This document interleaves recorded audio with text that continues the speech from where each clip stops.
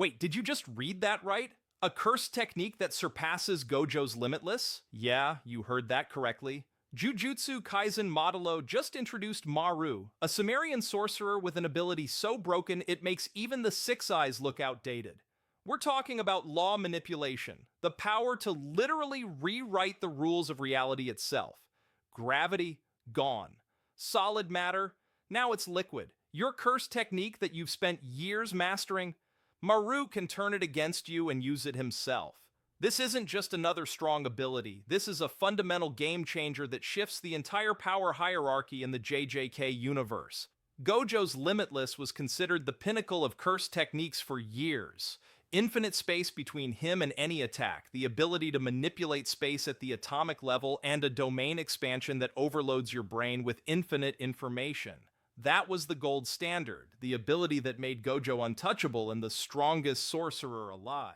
But Maru's technique operates on a completely different level. While Gojo manipulates space, Maru manipulates the actual laws that govern existence. He can cancel gravity in a specific area, change the state of matter from solid to gas, and potentially rewrite any physical or metaphysical rule he wants. His domain expansion, homeworld cataclysm, doesn't just paralyze you with information, it actively drains your cursed energy, absorbs it into a crystal sphere, and then lets Maru temporarily use your own techniques against you. Imagine fighting someone who can not only nullify your attacks, but also copy your abilities on the spot while you're getting weaker. That's terrifying on a whole new level. The catch is that Maru rarely uses this power because he's trying to hide his true nature and intentions. He's intertwined with his twin brother Cross in some way, and using his full strength risks exposing secrets that need to stay buried. But when he does unleash it, the battlefield changes completely, and every sorcerer present realizes they're facing something that breaks all the established rules they've been fighting under. Let's dive into what makes Maru's curse technique so insanely powerful and why it's causing such massive waves in the JJK community. First, we need to understand what law manipulation actually means in the context of cursed energy. Most curse techniques work within the established rules of the JJK world. You manipulate cursed energy in specific ways to produce specific effects. Gojo's Limitless brings the concept of infinity into reality, creating impossible space. Sukuna's techniques involve slashing and fire. Megumi's 10 Shadows summons Shikigami. These are all powerful, but they operate within a framework of how cursed energy interacts with the physical world. Maru's technique throws that framework out the window. He doesn't work within the laws of nature, he rewrites them. Want to cancel gravity in a specific zone? Done. Need to change solid ground into liquid? Easy. Want to alter how cursed energy itself flows or behaves? Apparently possible. This level of reality manipulation puts him in a completely different category from other sorcerers. It's not just about having more cursed energy or better control. It's about having the ability to change the fundamental rules that everyone else has to follow. Now let's talk about his domain expansion, Homeworld Cataclysm, because this is where things get really wild. Domain expansions in JJK are supposed to be the ultimate expression of a sorcerer's curse technique, a guaranteed hit within a sealed space where the user's ability reaches its peak. Gojo's unlimited void floods your brain with infinite information, paralyzing you completely. Sukuna's malevolent shrine turns everything in range into target practice for his slashing techniques. Maru's domain takes a different approach that's arguably more devastating. Homeworld Cataclysm traps opponents inside a recreation of Maru's dying home planet. Already that's psychologically brutal. You're not just fighting in some abstract space, you're experiencing the death of an entire world. But the real horror is what happens next. Roots emerge and start siphoning your cursed energy directly, feeding it into a crystal sphere. As your power drains away, Maru absorbs that energy and gains temporary access to your own cursed techniques. He can literally use your abilities against you while you're getting weaker and weaker. That's not just a combat advantage, that's a complete reversal of the entire battle dynamic. Think about the implications. If Maru fought someone like Utah who has copied multiple techniques, he could potentially drain Utah's energy and temporarily use all those copied abilities himself. If he fought Hakari during his jackpot sequence, he could absorb that infinite cursed energy and turn Hakari's greatest strength into his own weapon. The more powerful your technique is, the more dangerous it becomes to fight Maru in his domain because you're essentially giving him ammunition to use against you. The comparison to Gojo's abilities is what's really getting fans excited and debating. Gojo was considered untouchable because of infinity. Nothing could reach him unless he allowed it. His domain expansion ended fights instantly by overloading opponents' brains. For years, he was the ceiling of power scaling in JJK, the standard by which every other sorcerer was measured. But Maru's law manipulation and energy absorption domain represent a different kind of threat. Gojo's power was defensive perfection, you couldn't hit him, and if he caught you in his domain, you lost. Maru's power is adaptive domination. He changes the rules of engagement and turns your own strength into his advantage.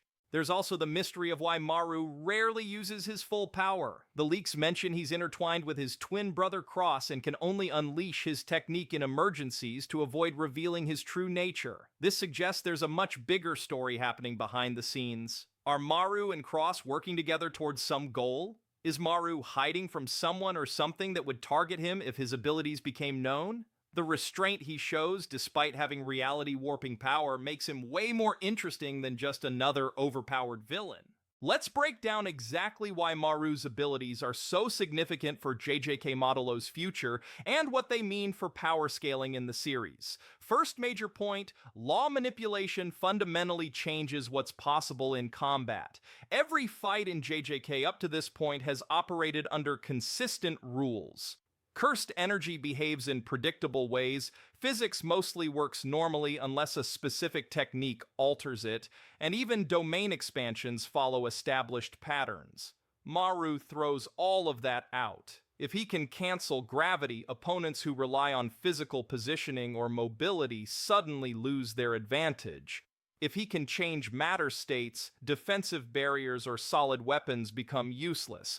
If he can potentially alter how cursed energy flows, even reinforcement techniques that every sorcerer uses might stop working. This forces everyone to fight completely differently when facing Maru because the basic assumptions they rely on no longer apply.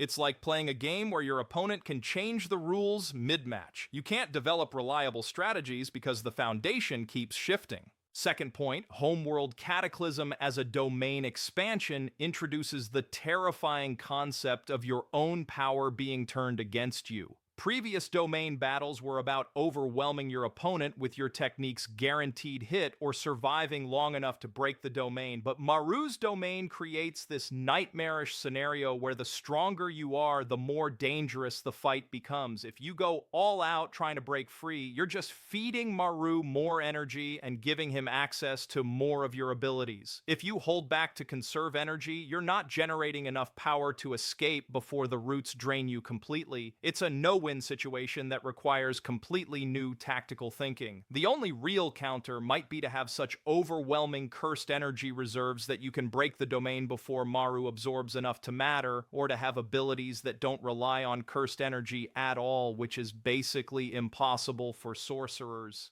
Third point, Maru surpassing Gojo's Limitless represents a generational shift in power dynamics. Gojo was the pinnacle of the previous era, a natural-born genius with inherited techniques that made him invincible. His power came from mastering what he was born with and pushing it to absolute perfection. Maru represents something different, a sorcerer whose ability is so fundamentally broken that it doesn't matter if it's refined or not. Law manipulation at even basic levels is more versatile and potentially more powerful than Limitless at maximum mastery. This suggests JJK Modulo is moving into an era where the old hierarchy doesn't matter anymore. The Simurian invasion and the changes it brought to Jujutsu society have introduced entirely new categories of power that make even the strongest sorcerers from Gojo's generation look outdated. That's exciting from a storytelling perspective because it means we can't just assume the established powerhouses will dominate. New threats with new abilities can genuinely challenge or surpass them. Fourth point, Maru's restraint and connection to his twin cross adds crucial character depth that prevents him from being just another overpowered threat. One of the risks when introducing abilities this strong is that characters become one-dimensional, just walking power sets without interesting motivations or limitations. But Maru, choosing not to use his full strength most of the time, hiding his true nature and being connected to Cross in some mysterious way, makes him compelling beyond just his combat abilities. What's the secret he's protecting? Why does revealing his power risk exposing something dangerous? Is he actually trying to help humanity despite being a Simurian, and using his technique would blow his cover? Or is he planning something that requires staying under the radar until the right moment? These questions make Maru interesting as a character rather than just a plot device to raise power levels. The fan community is going absolutely wild with theories right now. Some think Maru's law manipulation might be the key to defeating even stronger threats that haven't appeared yet. Maybe there are Sumerian leaders or cursed spirits with abilities that can only be countered by literally rewriting reality. Others worry that if Maru can do this, what stops other Sumerians from having similarly broken techniques that completely invalidate everything sorcerers have learned? There's also debate about whether Maru could theoretically manipulate the laws governing cursed techniques themselves, potentially erasing someone's permanently or granting cursed techniques to people who don't have them. The possibilities are endless and kind of terrifying. What do you think about Maru's law-breaking cursed technique? Is it too overpowered, or does it make sense as the next evolution of cursed energy manipulation? Could anyone from the original JJK series actually beat Maru if he went all out, or has power scaling jumped to a level where previous generation sorcerers just can't compete? And what's the deal with his connection to Cross, and why he's hiding his true nature? Maru's introduction completely reshapes what we thought was possible in the JJK universe, and whether he ends up being an ally, enemy, or something in between, his impact on the story is going to be massive. Retry,